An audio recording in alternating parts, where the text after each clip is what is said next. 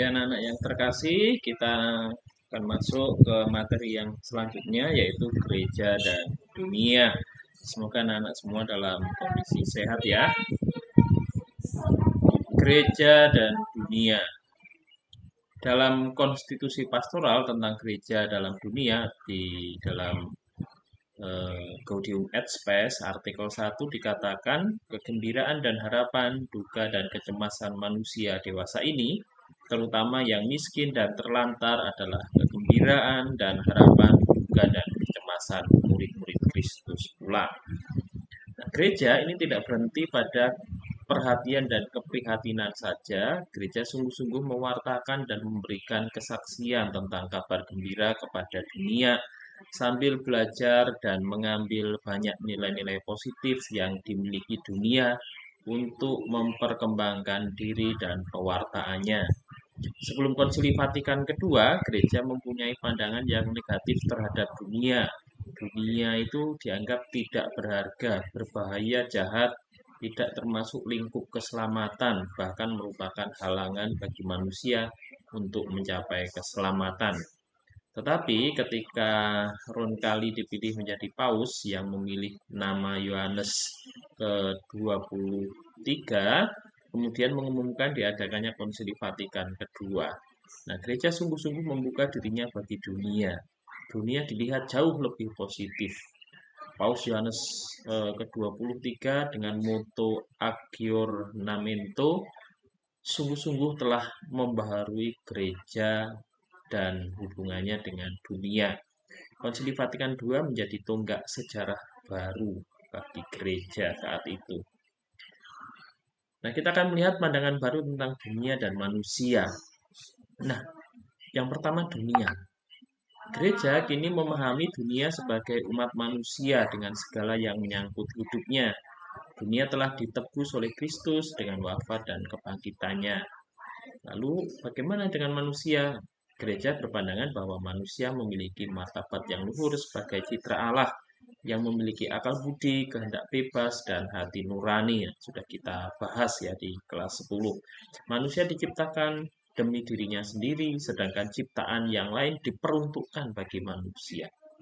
Selain itu, manusia adalah makhluk sosial. Jadi Allah menghendaki agar manusia itu menjadi satu keluarga. Dalam perkembangan dunia, manusia berperan sebagai rekan kerja Tuhan. Lalu bagaimana hubungan gereja dan dunia?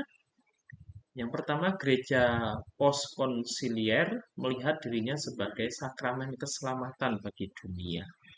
Ya, gereja melihat dirinya sebagai sakramen keselamatan bagi dunia. Gereja menjadi terang, garam, dan ragi bagi dunia. Dunia menjadi tempat atau ladang di mana gereja berbakti. Dunia tidak dihina, tidak dijauhi, tetapi didatangi dan ditawari keselamatan. Yang kedua, dunia dijadikan mitra dialog. Gereja dapat menawarkan nilai-nilai Injili dan dunia dapat mengembangkan kebudayaannya, adat istiadatnya, alam pikiran, ilmu pengetahuan, dan teknologinya, sehingga gereja dapat lebih efektif menjalankan misinya di dunia. Yang ketiga, gereja tetap menghormati otonomi dunia dengan sifatnya yang sekuler, karena di dalamnya terkandung nilai-nilai yang dapat mensejahterakan manusia dan membangun sendi-sendi kerajaan. Nah, lalu bagaimana misi gereja terhadap dunia? Misi pokok gereja adalah mewartakan kabar gembira atau menghadirkan kerajaan Allah di tengah-tengah dunia.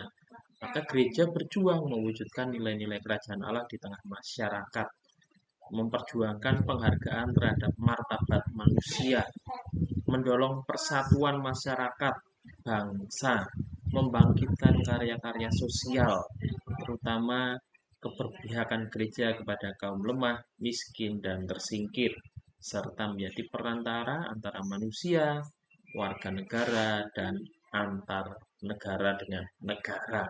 Nah, itu misi gereja terhadap dunia. Nah, menurut Gaudium et Spes, yang harus menjadi perhatian gereja adalah, nah ini, pertama, peran gereja dalam memperjuangkan martabat manusia.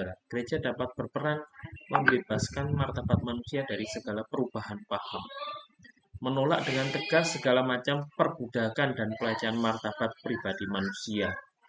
lalu menempatkan dan memperjuangkan martabat manusia sesuai dengan maksud penciptanya. Lalu yang kedua, peran gereja dalam masyarakat. Gereja dapat berperan antara lain, yang pertama membangkitkan karya-karya yang melayani semua orang. Yang kedua, mendorong usaha ke arah persatuan, sosialisasi, dan persekutuan yang sehat di bidang kewarganegaraan dan ekonomi. Lalu yang ketiga, gereja dapat menjadi pengantara yang baik antara masyarakat dan negara yang berbeda-beda hidup, budaya, dan politiknya. Lalu usaha dan karya manusia. Tadi itu peran gereja dalam memperjuangkan martabat manusia, lalu peran gereja dalam masyarakat. Sekarang usaha dan karya manusia itu apa? Nah, gereja akan meyakinkan bahwa semua usaha manusia, betapapun kecilnya, bila sesuai dengan kehendak Tuhan, itu punya nilai tinggi dan sesuai rencana Tuhan.